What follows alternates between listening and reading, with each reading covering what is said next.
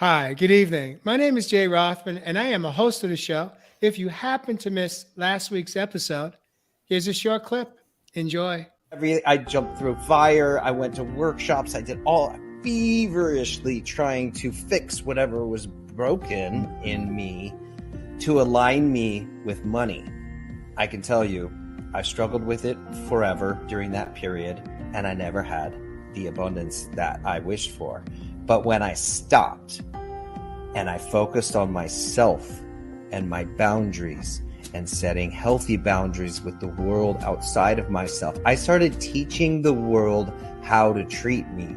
My energy level was expanding. I was showing up in the world differently, confidently, standing up for the little Josh inside, protecting him fiercely, and then also at the same time going after my passion, not chasing money. And when I flipped and did those things, money hasn't been a problem. Welcome to Real Men, Real Talk Live.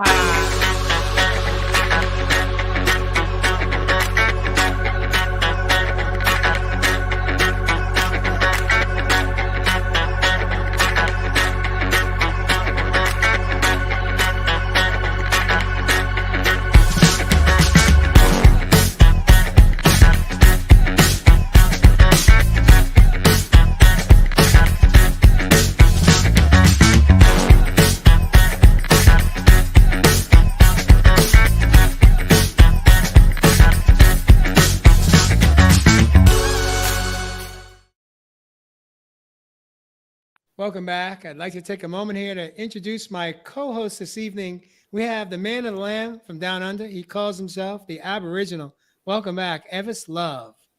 Another week's flown by, my brothers. Looking forward to diving in tonight. Missing you, Jeff Fasano. Oh, yeah, Jeff Fasano. Oh, we'll get there. But in a moment, Jay Riddy, welcome back from Southern California. Welcome back to Real Men, Real Talk Live. Good to see you tonight. Can't wait to dive in on another, needed topic. I can't wait. And yes, in fact, Jeff Fasano is off tonight. He is actually showing up for Jeff Fasano tonight, doing an event somewhere out there in the universe, promoting his beautiful book, Americana Portrait Sessions. We miss you, Jeff. We'll see you back here next week on the program. But for this week, viewers, we want to invite you to, if you hear something you like or love and you feel inspired to share our program out with your friends and family, please share it out on your social media channels. Tonight's episode is 152, and the topic is stress to rest. And Ev, since you dropped this in for us this week, you were inspired to go with this topic this evening. I want to invite you to kick us off, get us hot, and light us up. Yeah, my brother, another deep topic tonight, and something that I really do feel we need to revisit within each of our lives, not only as individuals, but also in the group settings. I've been inspired this week, really through my own self-reflection, coming off a big week last week, going from an airport to yesterday, sitting out on country in nature.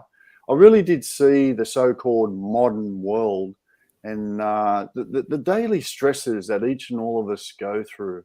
You know, whether it's relationship stress, you may have had a breakup, you may be having an argument at the moment.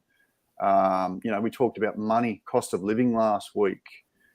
You could have debt, you could have unforeseen bills that are coming in that you've got to pay.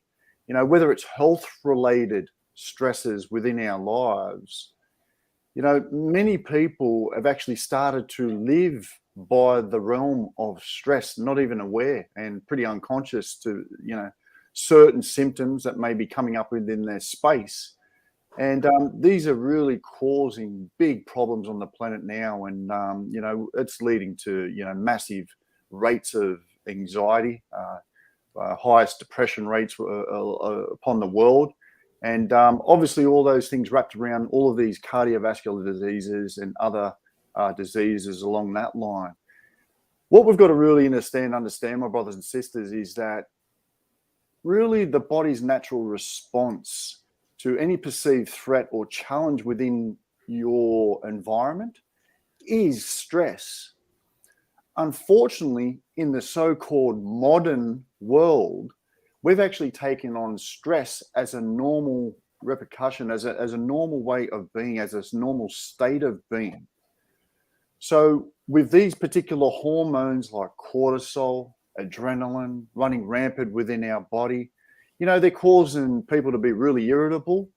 Mentioning the airport, man, I was stuck in a line.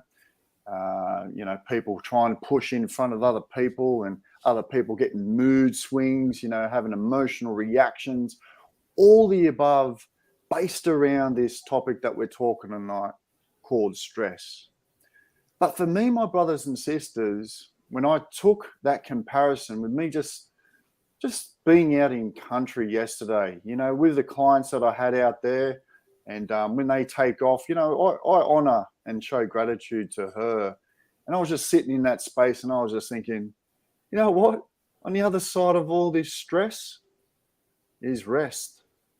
How can we go back to living lives in this so-called modern world? We're actually going to be at service, not only for other people, but for this beautiful thing that we call our body. So yeah, man, I'm looking forward to diving in tonight because I'm going to share some really good practical tools. I'm going to share some ways, hopefully, that we could take on board and be able to relax some of our lives with some of those things I've mentioned at the start there. Beautiful opener, Ev. Beautiful opener. How's stress in your life, brother? Man, I have an interesting relationship with stress. You know what's funny? What I was realizing when you were talking, Ev, was that man, all the stressors in my 30s when I was running around like a madman, a lot of them were self-created. And I don't mean that I was looking for stress. But what I realized, you know, in that comparison, right? Like from your airport craziness, that was my 30s. And then now, with all the things I've learned and grown into and discovered within myself and healed, while you were talking, I was just comparing the two in my mind, my 30s and now. And I was struck with, you know, I created all of that stress because I didn't feel worthy or good enough at my job. And so I was trying to prove myself at work, which meant I was staying later and working harder. I was trying to get love from people outside of me and be the good, helpful guy. And so I'd say yes to moving all of my friends, helping to move my friends, or doing things for other people to get love and affection, rather than the things that would have been restful for me, like you said, Ev, taking time for myself, that self-care. And I filled my schedule with work and with helping others. And it seemed like a honorable goal, a lofty goal. But what happened was I didn't leave any time for me. And also I got bitter. I got angry at the friends who weren't as grateful as I was hoping, or I didn't get as much love from them because I helped them out with this or that. And I was keeping score. And then there's all these different layers of things that just add to that stress and that pressure, and me running around zigzagging in the crazy world, thinking I had to do and be all of these things. And when we can heal ourselves and give that inner child the soothing love that they are looking for from within, not from without, we can live a life of peace, and all the noise starts to fall away, and we do start then setting boundaries to protect our time and our peace and well-being. And we say no to work, And we say no to those extra things with friends or family that may be just a little too much at the time. And I could, I guarantee you, if you're new to this, because I've been on both sides, um, I thought I would get less done. I was a really effective rise and grind type of guy, with startups outside of work and all this stuff. And I thought that my belief was if I did put importance on self care or just time with me, or to go on a hike, or to do something on a weekend instead of working on a side project, I thought it meant that those things would actually, there'd be less time for them. Those projects wouldn't move along far enough, or work wouldn't appreciate me because I was trying to prove myself there. I had all these beliefs around this, or that friends wouldn't love me if I said no to helping them move. And they were untrue, because now I set aside beautiful time for myself. Side projects are more productive than ever. I get way more done because I'm now rested. And when I come back to a project, I'm focused and creative, and I've fueled myself with all of these, beautiful hikes and outside time. And when I come back to that, or when I come back to friends, I'm genuinely with my friends and spending time in the present moment, rather than thinking of all the other things that I promised to do and that I needed to get done. So life got simpler. It got way more peaceful, and I actually get more done. Imagine that. Wow, man. Beautiful, brother. How do we unpack that? There's a lot there, Josh. Hit on a lot of things there. Yeah, man. Coming out hot tonight. What I am curious, Josh, is you just entered into your 15th season on the tank. Mm-hmm. And how are you able to manage stress in the position that you have in a different way than you had before? Because as you are, it's just, literally you're back in it. Well, here's the thing. What's the secret? It's under my control. Oh, Like we're going to talk about all night. Back in the day, a handful of 4 or 5 years ago, I wanted to be the creative savior for the show, right? So I'd say yes to these big builds and creative projects and big things that I should be hiring outside people for, projects I shouldn't be taking on. But when we look underneath it, what was I doing? I was looking for love and acceptance, right? Through those, saying yes to those projects and overloading myself and my team. And yeah, we got them done, but they were stressful. And it put a lot of pressure on myself and on my team. And I'm sorry to them that I did that to them. And this is me being super vulnerable right now, because I've never told them that, or probably anybody. But now I say no. And I say, we need to hire a special effects guy to do that. We need to hire a set shop to build that. I don't need to put that on my builder. We shouldn't be taking on projects like this. And it still gets done. They find the money. It comes from somewhere. Whereas before I thought, here, I'm saving them. I'm saving the project by doing it myself or doing it cheaper. They find the money. Or they just decide that it's too expensive and they don't do it. And that's okay too. It's not on me to save everyone. Yeah. So what I'm hearing you say, Josh, is I'm going to paraphrase, is that when we finally show up and grow up for ourselves, we learn how to speak a different language.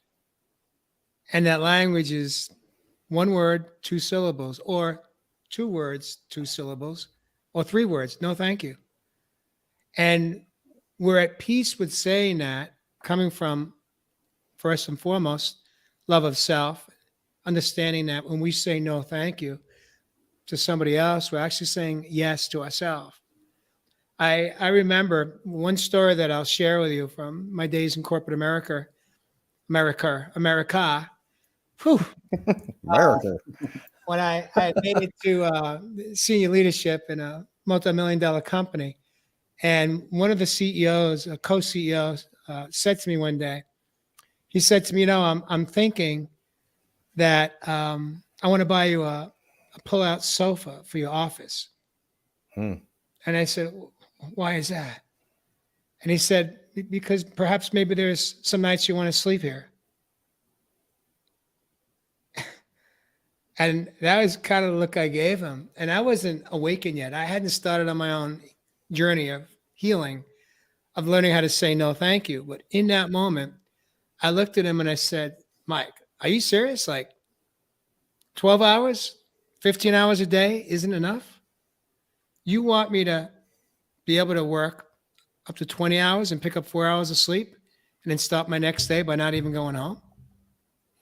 And he said, well, there may be an occasion where that'll be good. We need that. And I was like, it's not going to happen. But here's the truth is that even though I said, no, I think I'll pass on that pull-out sofa, the truth is that so much of that decade where I spent living in that role, much of that stress was self-induced. And for me personally, I've shared this before and I'll say it again, I was showing up with a suit and tie on, but living within what I call the imposter syndrome, which was all about that self-induced stress of, if they find out the truth about me, I'll be uncovered and discovered. And I'll probably get fired, because the truth that I was living in was that I wasn't worthy of that position, even though I had earned it through my own success. And that inner voice was telling me, you're not smart enough. You're not sharp enough. You're just not enough to be holding this title. And so because of that fear of being uncovered and discovered, I created the perfect storm of additional stress. I put it on myself. And the truth is there's plenty of stress. We don't need to be adding more to it. It's just part of life. Life has stressful moments, right?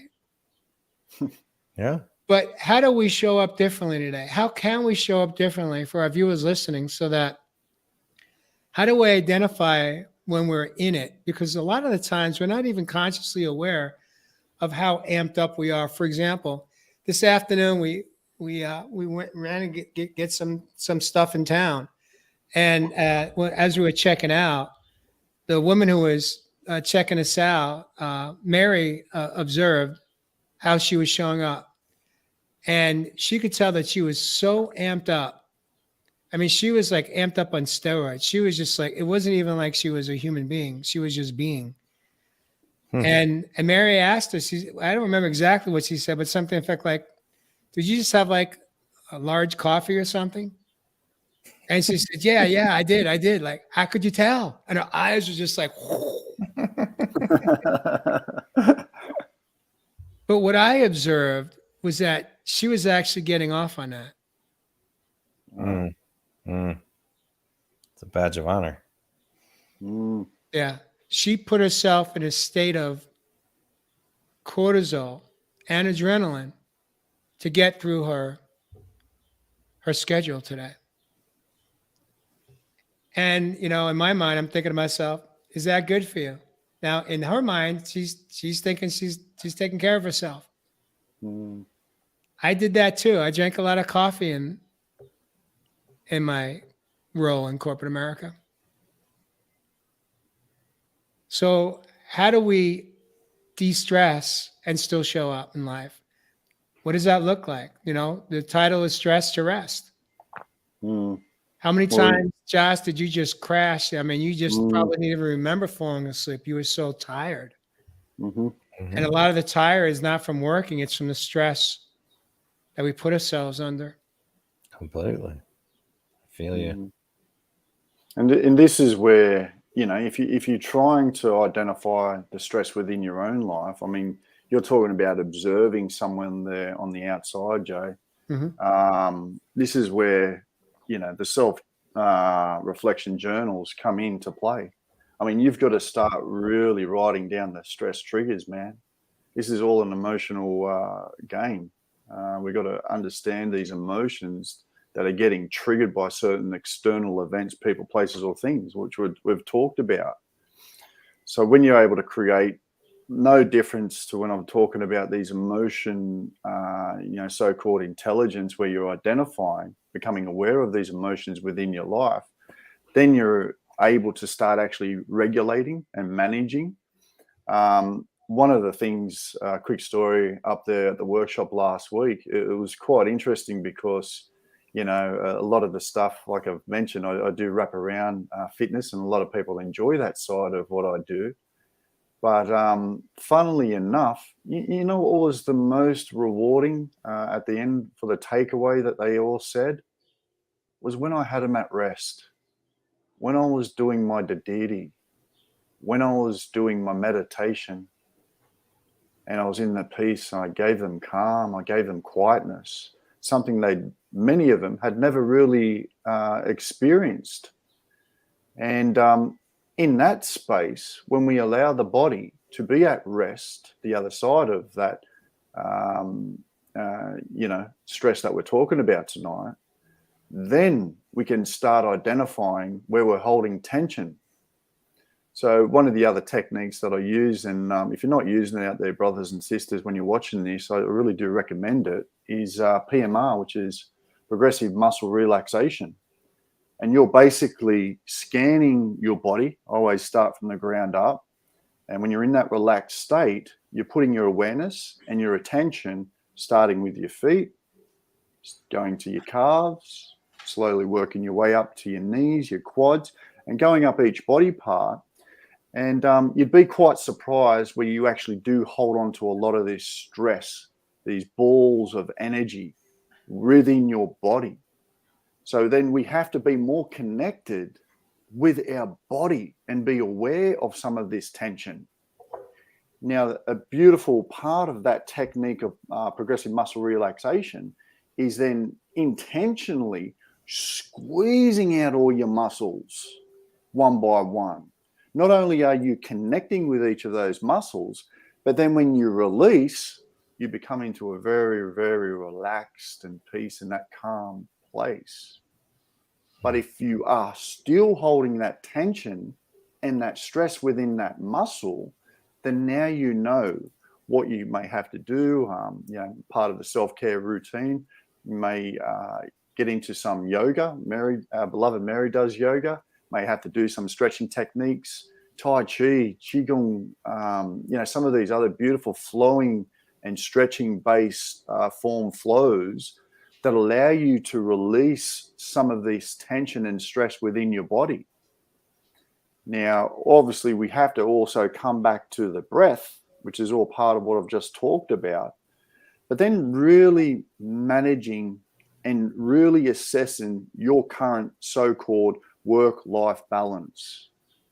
Now, I think we did a show on it, and like you brothers are talking about there, we naturally can take on so much. And I've got to put my hand up for this, man, because when I do catch myself out taking so much of the workload on, that's when the body starts to tense up a little bit more. And that's when I know that I'm taking one step.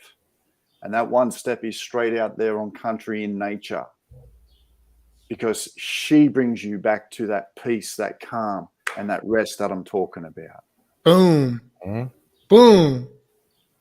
I love that, Ev. Yeah, you nailed it. I'm going to share. Most recently, I was encouraged to ride my bike to the office, to the place where I meet the clients, to either go out on the land and do the work, the soulful work, or when I have a session indoors. And it was just about 3 weeks ago that I finally embraced that. I had never ridden a bike to work. I was Yeah. always riding a high performance vehicle to the office in my old life. And what an incredible experience to literally have my backpack on with everything in there that I need and riding my bike, about 15-minute ride with my music on, and I'm connecting.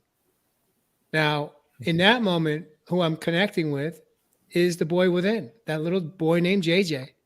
He's on that ride with me. We're having fun. I'm very much consciously aware of him. I'm checking in with him. He knows I'm about to go to work. He knows that I'm about um, to be present for the client in that moment. And that moment, on average, is about 3 hours straight. Mm. But for that 15 minutes, that is how I'd say not decompress, but put myself in the right emotional, mental, physical, and spiritual place so that when I show up for that client, for that individual, they're getting 100% of me in my calm state and space. And then guess what? At the end of the session, I get to reward myself with another ride, connecting, calming down, relaxing, processing, reflecting on all the beautiful gifts that came forward from my workday. Mm-hmm. And it's almost as though each time I do it, it's almost as though it's the first time. Now that's unusual if you think about it, because how often do we spend in our lifetime? Josh, I know you're going to understand where I'm going with this. The first time you got high, the first time you numbed out from feeling your emotions. And what do? What leads to addictions is we chase that same high, right? We want to That feel is the way we good. felt the last time we checked out Mhm. through the use of drugs or alcohol or sex or anything else in life. And it's most people that go to the 12 steps rooms will say, it's like you never can really quite experience that first time. It's never quite the same. But yet we keep chasing it. And when it's not happening, we amp it up. We up it up. We up the game, right?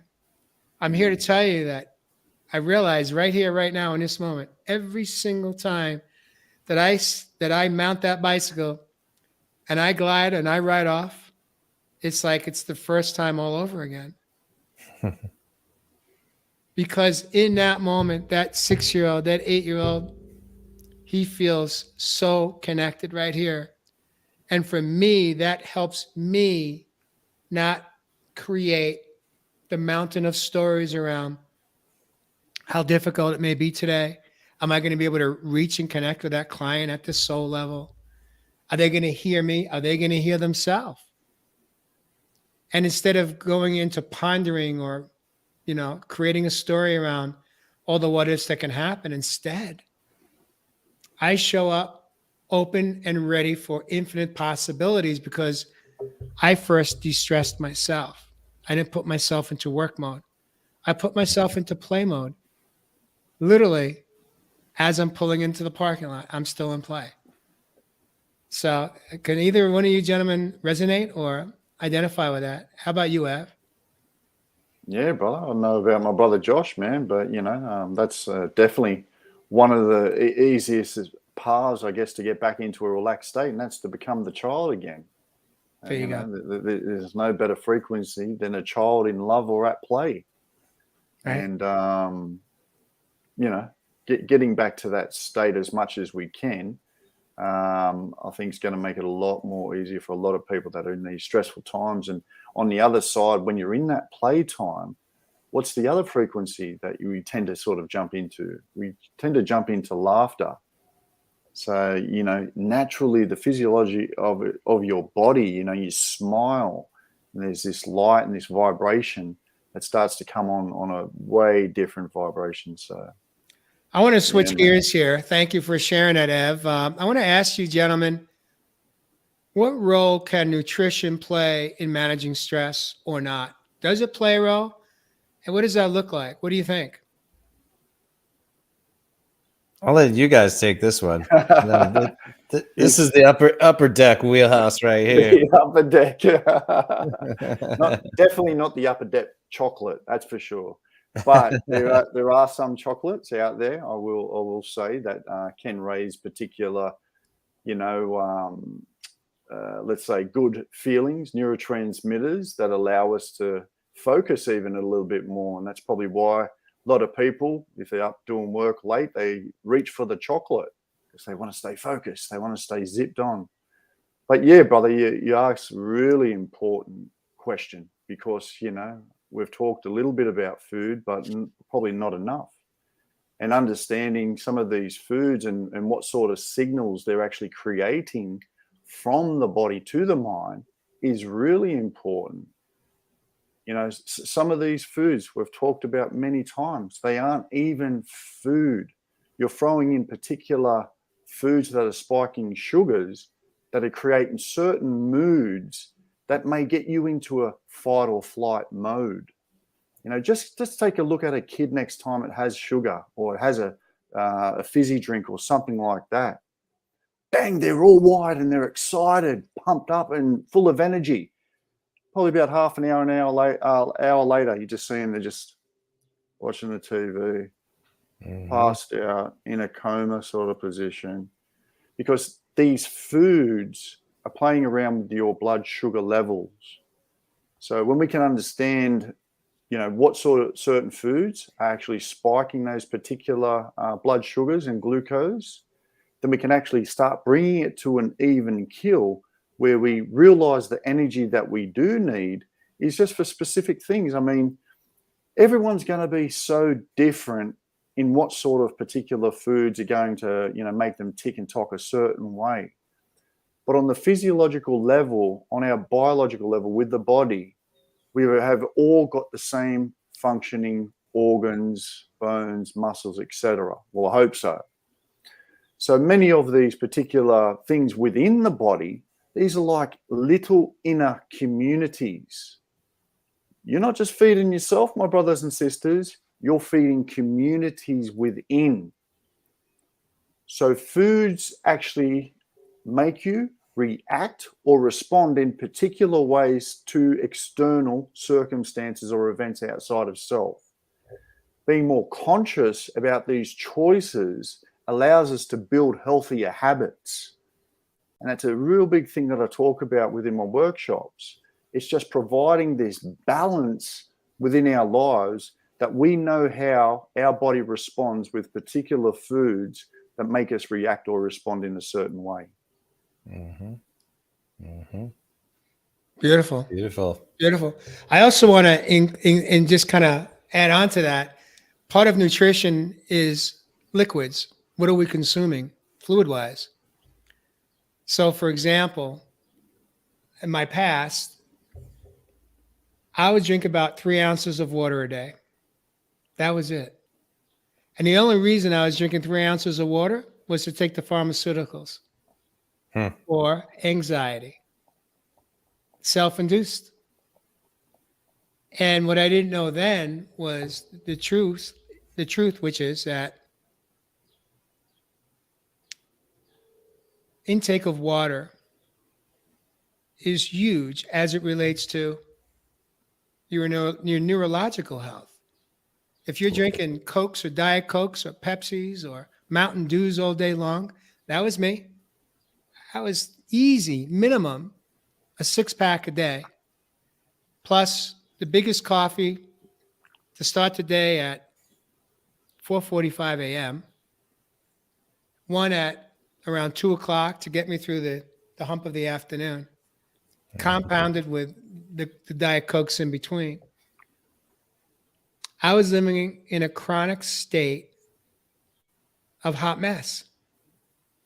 So today, when I take my own personal inventory as it relates to my fluids on a daily basis, I check in around noontime with myself to see where am I at? Am I behind? Am I ahead? Or am I right on schedule? And there are days I catch myself. I'm like, wow, I'm behind today. I've only had 40 ounces of water. I want to be at 60 by the noon hour. so that I got another 6 hours to pick up the other 60 ounces of water. And many times when I realize that I'm behind, I also realize that because I'm feeling maybe discomfort, agitated, crawling out of my own skin. And that's all due to not consuming enough water. And when I say water, it could also be herbal tea, anything that's free of caffeine, caffeine free, but not sugar induced drinks that are caffeine free, but are still coming out of an aluminum can. That's not going to serve your body temple. So I do believe that what we consume as far as fluid and liquids is extremely critical to our mental health and to how we are managing stress. What do you make of that, Josh, Richard? Beautiful, you guys. You broke it down solid. It is important. And I did have those years too, Jay, where I was, I prided myself in college when I was a cook on the line at Gordon Biersch. I would pour myself a pitcher out of the little soda gun at the bar. I'd pour a pitcher of Coke and put that back in my station and drink a whole pitcher of Coke a night. So, yeah, my insides were junk for a long time. But let's switch gears here. I want to put this up. I want to post this here. I put this in a little bit earlier before we went live. And what this says here is, don't let your emotions control your actions. Let your actions shift your emotions. What does that mean to you today, Ev? And how does that dial into managing our stress levels? Don't let your emotions control your actions. Let your actions shift your emotions. What is it? How do you interpret that? Well, notice even the last part of that, it says, let your actions shift your emotions. So we're not even saying that, we're trying to control emotions in this particular statement. We're shifting the different high, so-called low vibrational emotions around with each other. But when we allow emotions to control these actions or behaviors within our lives, sometimes people's emotions are so flooded within their decision making, within the choices that they're creating, that they aren't actually responding in a particular logical manner. They're actually reacting to the external environment. So when we're in that reactive state, we can be in a very high cortisol or very high adrenaline state where, these emotions are running rampant within our body. So you're flooded with all this stuff. And then, like I said, you may react in a particular way that does not necessarily serve the particular conversation you're in or the interaction that you're having with that other person, but most importantly, for yourself. So when we're able to be aware of some of these triggers that may, cause us to act in a particular way, then we can actually pull the trigger back. And I'm going to share another story from up at that workshop that just hit me. I was going around the room, and this is a great example. And, I asked a question, and there were a few people with their hands up. And out of the left of my eye, I didn't see someone that had their hand up. Now, I asked the person up the end of the room to answer the question. And once they had answered the question, I came back to that person that I saw out of the corner of my eye. I said, oh, can I have your response now? They said, no. So, oh, okay. Is there a problem here? Oh, you asked them first. You didn't want my response in the first place. I said, oh, okay.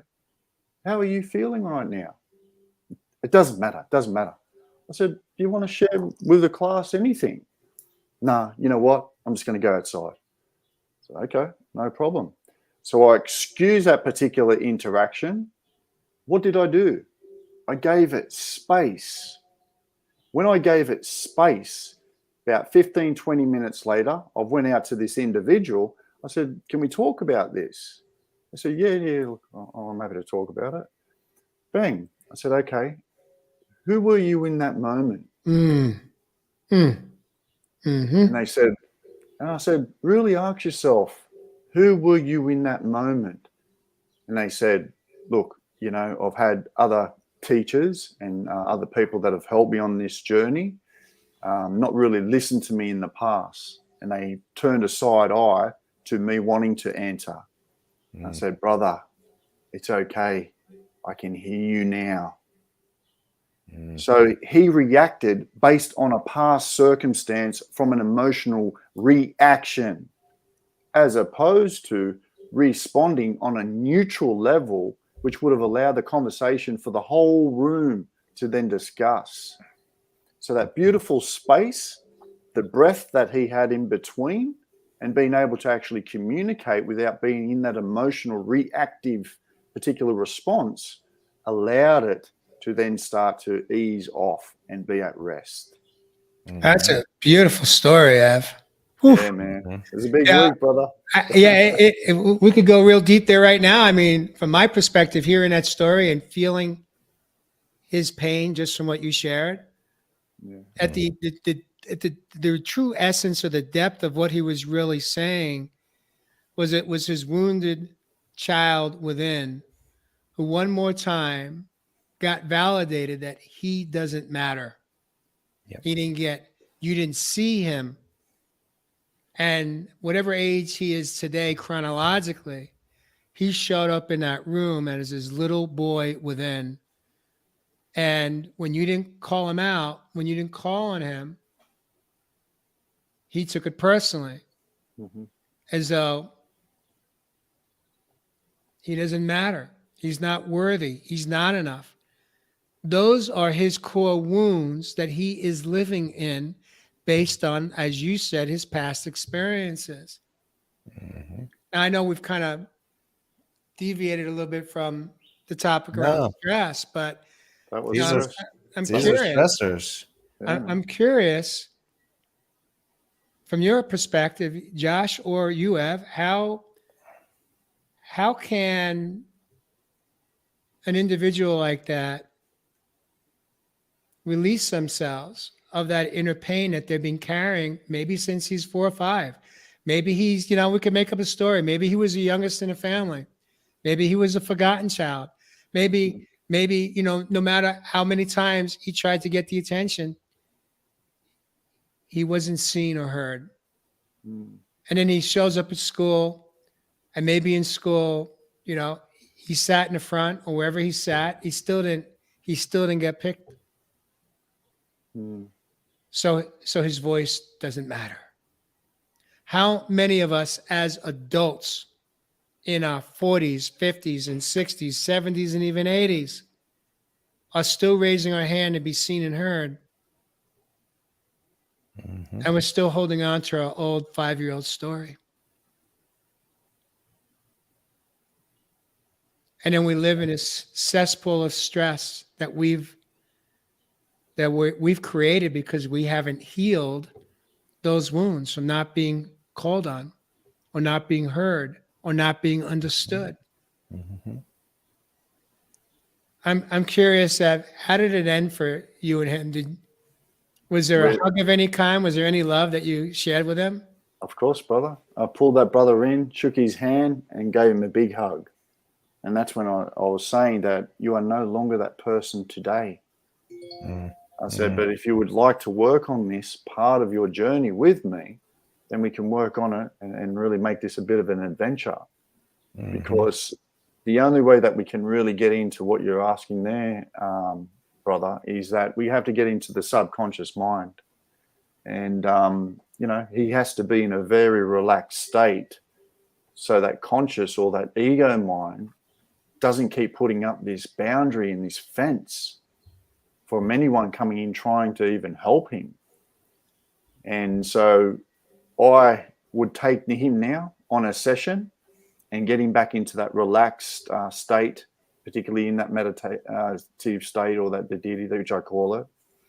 Once we've got him in that particular state, over time, because everyone's going to be different, we're going to have to revisit those particular events that you're talking about from his past, where he wasn't seen, where he wasn't heard, where he hadn't been felt, or he hadn't felt that his voice was shared with anyone.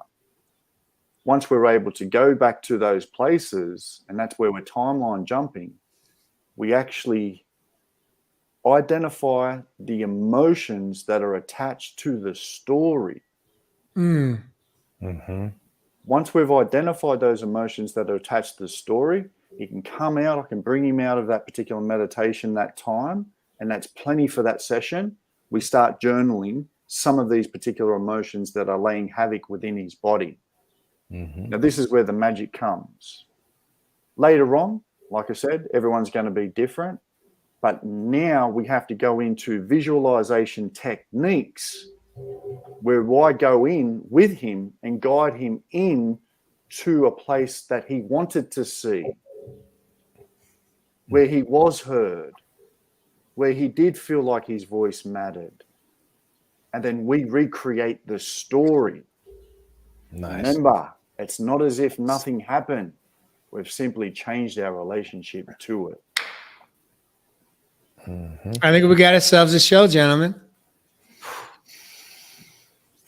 Ev, I swear, man, if anyone was to be listening in tonight and have done some work with me, they'd be asking this question, like, did you guys go to the same school? What I had a client ask me yesterday what books she should be reading to pick up all that I shared with her. It's almost as though you and I went through the same school. We did. Why not? Did go to the same school. It's called the School of Hard Knocks. All of us did. The School of Life. School of Life, brother. School of Life. But Ev, I am curious. If someone was to ask you, where did you get all this wisdom from? Today we don't typically, people in society call it wisdom. They call it knowledge. But where has that come from for you? It's in the beard. So wait a minute. So I'm only halfway there then. I know. That's why I grew mine out now. I'm like, damn, dude, the wisdom, Ev had it the whole time. The wisdom's in the beard. Definitely in those silver ones, brother. But man, you hit it on the head. I call it the School of Life. It comes from your own self-education, how you're self-taught. But then also, I put myself in a state where I can receive these uploads from my ancestors or downloads. So we're always learning, brothers and sisters. When you become the observer of your life and you start to pick up on these particular things, the ideas, concepts, and informations come at only the speed that you're willing to actually absorb some of this stuff. So my key was, when I was learning and really getting this information and these downloads in, then the difference was that I had to practice it. Oh, really? So there was You've got to then do work? You got to do a little bit of work, man. You got to do a little bit. Right. So there's no use understanding or getting a little bit of this knowledge. The real wisdom is when you start to practice and act. There you go. Right. And what you're saying, Ev, I'm going to paraphrase you, is that there's a lot of people out there that are more brilliant, more smarter, meaning they have more knowledge than you and I combined may ever have. But knowledge is not going to change your relationship with stress. Knowledge is not going to change your relationship with others. And knowledge is not going to change your relationship with the most important person in your life. And that's yourself. What will change our relationship in our life is when we step into the true essence of action. Action is when we create our daily habits, rituals, practices, or what I love to call non-negotiables. And that is all about self-care. You know, sometimes we may hear people say, "Oh, I don't know how you have time for any of that. I'm just so slammed." Why are you so slammed? Meaning, why are you giving away the most important asset in your life, which is self-care? Why are we just giving it away for free? And the truth is, there's really not freedom in that. There's no freedom in it. And it's not free because guess who it's going to cost? Yourself. Right? If we can't create an hour out of 24 hours a day for self-care, for self-reflection, for self-processing, for making healthy choices, for changing our relationship with ourselves. So instead of me, for example, driving a car to meet the client, yeah, it's taken me maybe an extra 10 minutes to ride the bike rather than sit behind the steering wheel. But those 15 minutes are beyond glorious. They give me all that I need to bookend my time with that client. I don't show up tapped out. I show up tapped in. I'm tapping in, not to the egoic thoughts or mind, but I'm tapping into the true essence of wisdom, of lessons learned.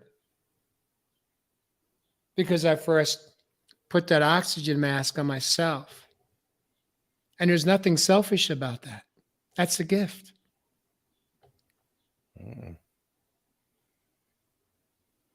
I want to take a moment here just to bring us back to last week's episode. It is literally about your stability, your security, and your safety.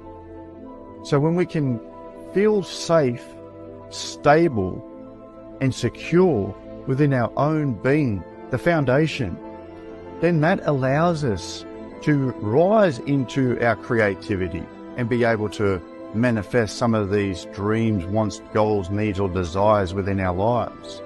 And then, yes, we may have to start putting in some sort of new behavior and actions to know how to self-manage. Man, I had to learn about money. I was never taught about money. I actually went into the books and I had to learn where money came from. What was it backed up by? What was this thing about money that was blocking me within my life? It was me within. I wasn't expansive. I was being expensive. Boom, Ev. Good book. Good book. Brother. Before we close out, I want to go back to what Ev said. And you reminded me of a tool that I used to use. Like your kid at the workshop. I started noticing in my life. So I'm going to share a tool first, and then I'm going to share a story to illustrate 2 points that were really important in my life. The first is the tool. I would start to notice times in my life when I would react maybe a little bit bigger than other people would in a certain area. And again, we live in our own body and our own self this whole entire life. So sometimes we think that, yeah, everybody just reacts that big when, they don't call on me. Well, start to notice around you how other people react to certain things, and that maybe these over reactions, or maybe not an overreaction, but an elevated reaction, I started to notice them as clues. And I was like, oh, wow. There might be something here for me to look at and for me to explore. And I would get I'm to the point now where I get really excited about these opportunities that come up, because it's like, man, there's some here's another old story that I can clear out and be free of and live free and not live in my mind trapped in this endless loop of this story. So yeah, that's the first tip, is watch how you react to things in the world. Notice where you may have an elevated reaction, and there's gold in them there hills, as they say. And my second is, I'll just use this as a closing story about our control when it comes to our thoughts. our thoughts produce chemicals. Jay talked about the cortisol, adrenaline. Ev, you talked about that. The body, these are poisons in the body. And this is what stress does to us. And we may not think we have control over the outside world, which we don't. But we do have control over playing the tape over and over again. And I wrote this in my book. It was a fun story when I was on set. We were shooting a commercial, and I was propping this commercial. And so there was a scene where this girl had to take a bite of a sprinkled donut and then back this golf cart out and take off. And that was just one small part of this commercial. I can't even remember what it was. But I had to buy, in commercials, there's a lot of takes because they want everything to be perfect, even more so than movies and TV. I mean, they're spending millions on these ad spots. They want it to be like primo. So I bought 3 dozen glazed sprinkled donuts. I bought out one shop and had to buy out another shop that morning and brought all these donuts to set. And so the assistant director is in charge of kind of the set. He's sort of the manager. And as we're going through all these, it takes 5 takes of this girl taking a bite out of this donut to get the speed of backing the cart out right, to get the lighting set. And this poor little girl, as she's new to acting, and she's probably 20 something and couldn't have weighed over 98 pounds. She starts to realize that I might have to eat a lot of these, take a big bite out of a lot of these donuts. So I could tell she was kind of getting sick of taking all these bites after bites after bites for every take. And so I went over to her, I talked with the AD, and we came up with a plan that I would carve out a little bite out of this donut so she could fake it. Fake biting, pretend chew, and then back out. So as we went through these donuts, I'm keeping the assistant director informed on how many we got left. And I'm cutting a bite out of like maybe 2 or 3 at a time. Well, we've done this for dozens of takes. I'm down to like my last 8 donuts. And I'm like, I'm already thinking about the next scene and the stuff I got to get off the truck for the next scene. And I just want the scene to be over. I'm tired of donuts. The poor girl's tired of donuts. So I was like, all right, well, I've only been cutting out little bites for maybe 2 or 3 donuts ahead of the scene. I've got 8 left. I'm just going to cut all the bites out real quick, and I'm going to run to the truck and get a few things done and come back. And sure enough, the AD says, you know, we're whittling those 8 down. He goes, how many you got left? And I was like, we got 3. And the director goes, okay, well, now I want a fresh donut without a bite out of it. And I want to really get a close up of her taking a bite out of this donut. And I, in terror, looked down at my folding table with 3 donuts with all bites pre-cut out of them. I thought I was getting myself ahead.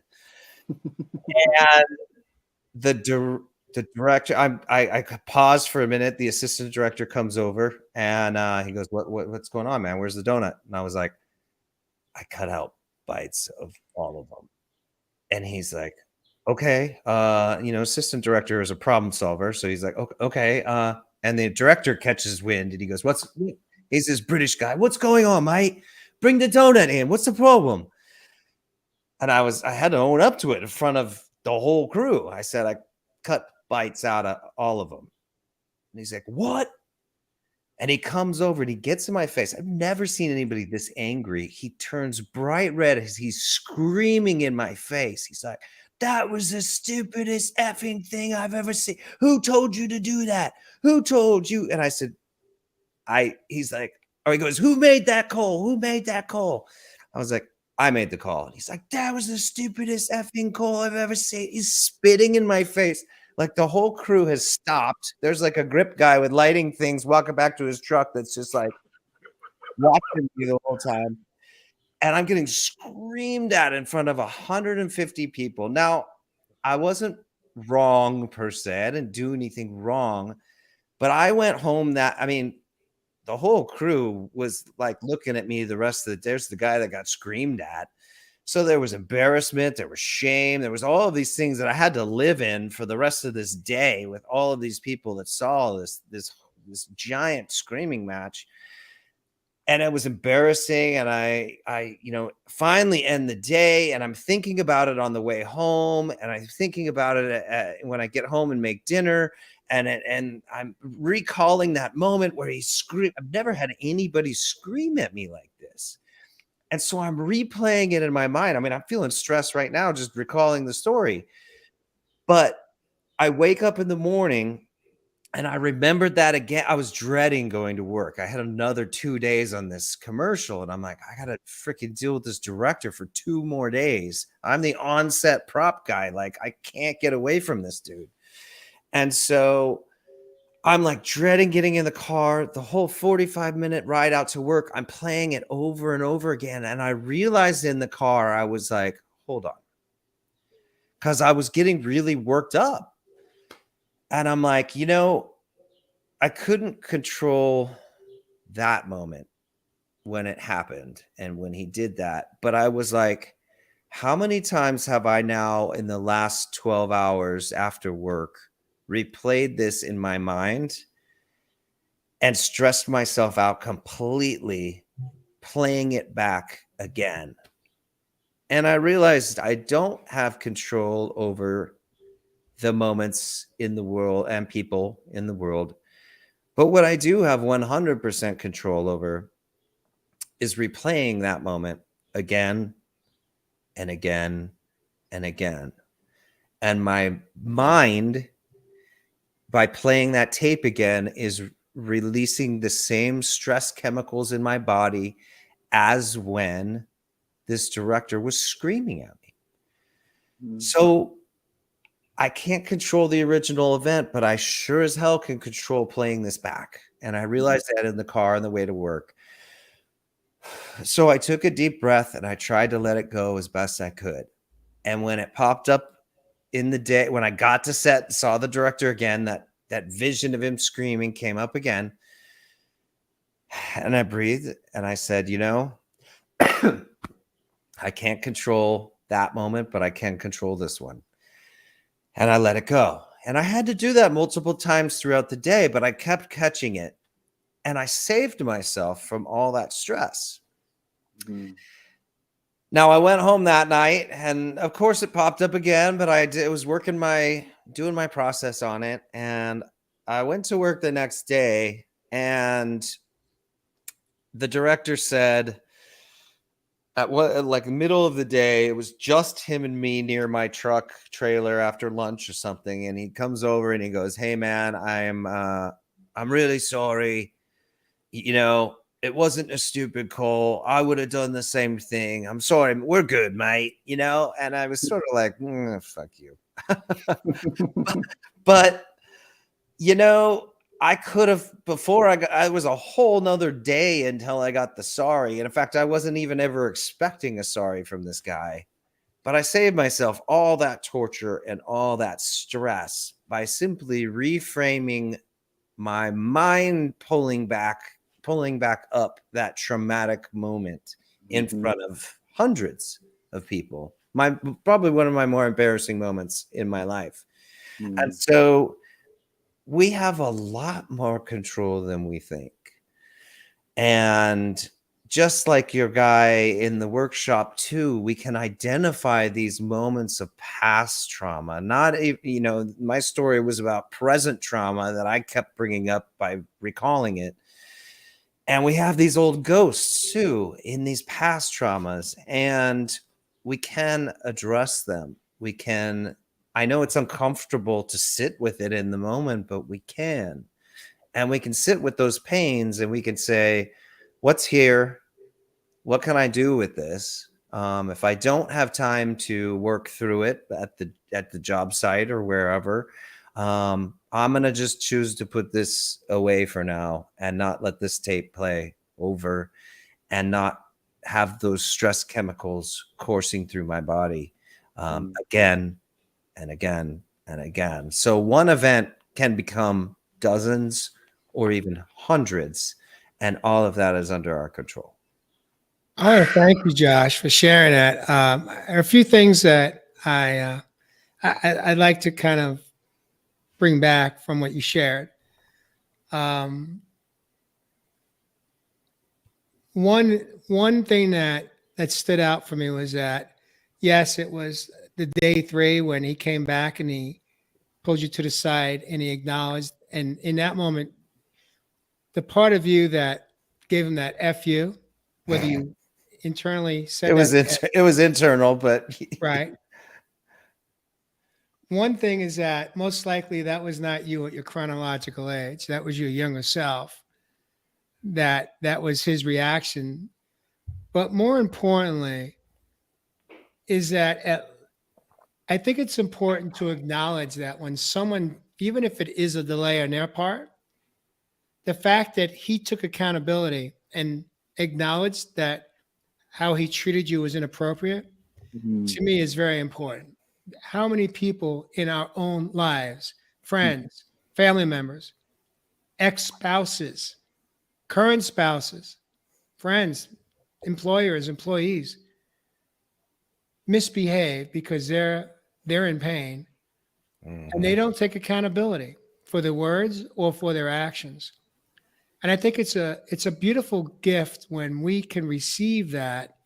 Even the part of us that part wants to just kind of pounce back on them, but to acknowledge them and thank them for acknowledging that to us, because that's part of growing up. Part of growing up is when we catch ourselves that we misbehaved, that we said something, whether it was a word spoken or the tone spoken, and we've affected somebody else. It's a beautiful gift that we get to take accountability and own it.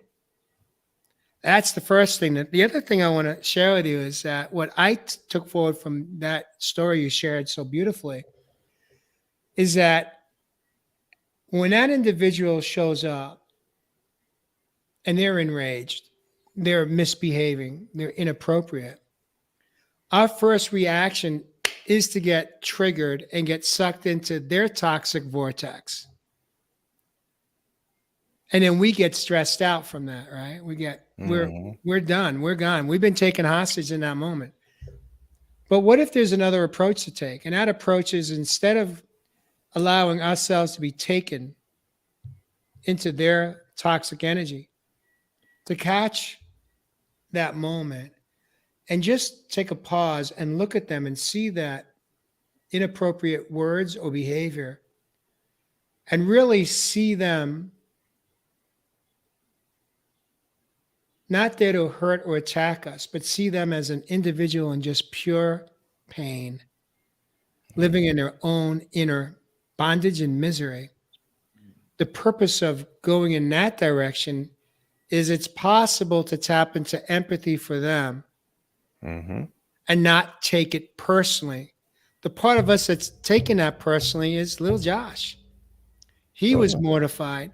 He was called out. In that moment, he may have been the kid on the playground. He may have been the kid in PE at school. But now how we get to show up differently for JJ, for little Ev, and for little Josh is to really see that individual in pain, and instead of taking it personally, try to tap into empathy. I just had that experience 3 days ago on a trail.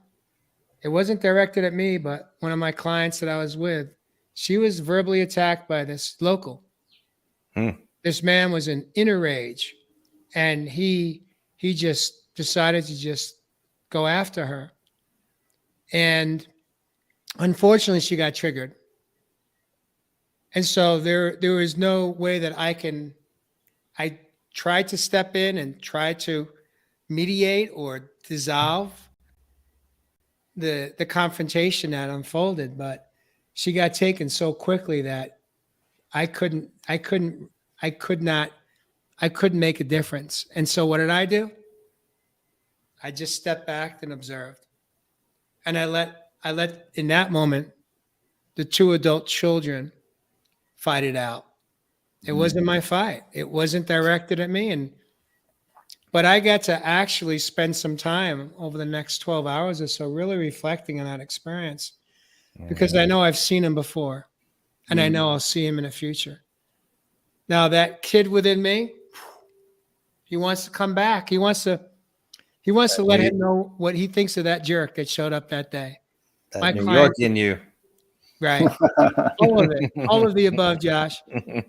But what I know is that he's just a man living in pain. He's Yep. living in his own stress-filled, painful life. And I'm not gonna save him. I'm not gonna resolve his anger and hurt and pain. But what I can do is just love him. Next time I see him, I just give him a smile and just say, I hope you have a nice day today. Mm-hmm. And let him go on his way. Compassion. Right. So in the future, when we are quick to get triggered, catch that. I'm speaking to myself too, by the way. And just tap into empathy for that person and just see them as a wounded adult self, wounded adult child. We're at 111. What do you think, Ev? Should we put a pretty bonus show and call it a wrap? Why don't you close us out tonight? I think it's a good wrap, brother. I think we've done a really good job on stress tonight. And I could only just probably add on what we didn't really talk about. As you can see, it could be a massive We can go for another. topic. With some really beautiful, relevant stories too that really culminate what we're talking about. But on the other side of distress within your body, I just want to make a note also that there is a thing called eustress. And eustress actually makes you make changes. It actually allows you and helps you to create change past obstacles, challenges, things you may not have even been able to pursue or even confidently go on your journey in the past. Problem is, my brothers and sisters, is that we've become accustomed to living in the de-stress. You see, we've gone from living in acute stress into chronic stress. And unfortunately, what we've seen now on the planet is many people in these stressful states talking about tonight, running in the fight or flight mode, running on cortisol, adrenaline, blah, blah, blah. They've caused all of this depression within their life. We've talked about stories tonight where people, they just keep depressing these emotions, this thought of old baggage within their body. But on the other side of all of this, these chronic diseases, these chronic stresses within our lives that are causing this depression is what is known as deep resting. So when we allow our body to be at deep rest, give it the time that it deserves to relax, just to be at peace and to be at calm. That'll allow us to pursue some of these dreams, our wildest desires, at a pace that is at its natural form, as opposed to some of these external forms and speeds that we're currently going at on the planet. So that's just what I wanted to add at the end, my brothers and sisters. Rest. You deserve it. Beautiful. Beautiful. And one last comment, Josh, I do want to say to you, I do want to acknowledge that I want to acknowledge that the process that you personally went through to navigate through that moment, I think was brilliant. I mean, you did a good job. I mean, you showed up and you worked in a conscious way to not get roped in any further than you had been at all. And that takes consciousness, no doubt. Takes a little practice, but we can all do it, you know? We're the captain of the ship. I mean, the winds and waves try and blow us around, but we ultimately are at the wheel. There you go. There you go. And with that, I want to thank the two of you for joining us this evening. Jeff Fasano, as mentioned, is off on set this evening. He's out there doing his work to promote his book, I believe. Missed you, Jeff.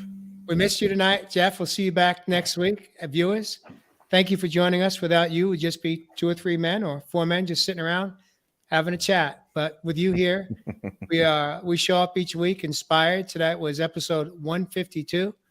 And we got some great things coming down the pike in the near future. We are excited to share when it's time to share. But in this moment, I want to thank you all for joining us this evening on Real Men. Come on, guys, join me this evening. Real Men. Real Talk. Real talk live.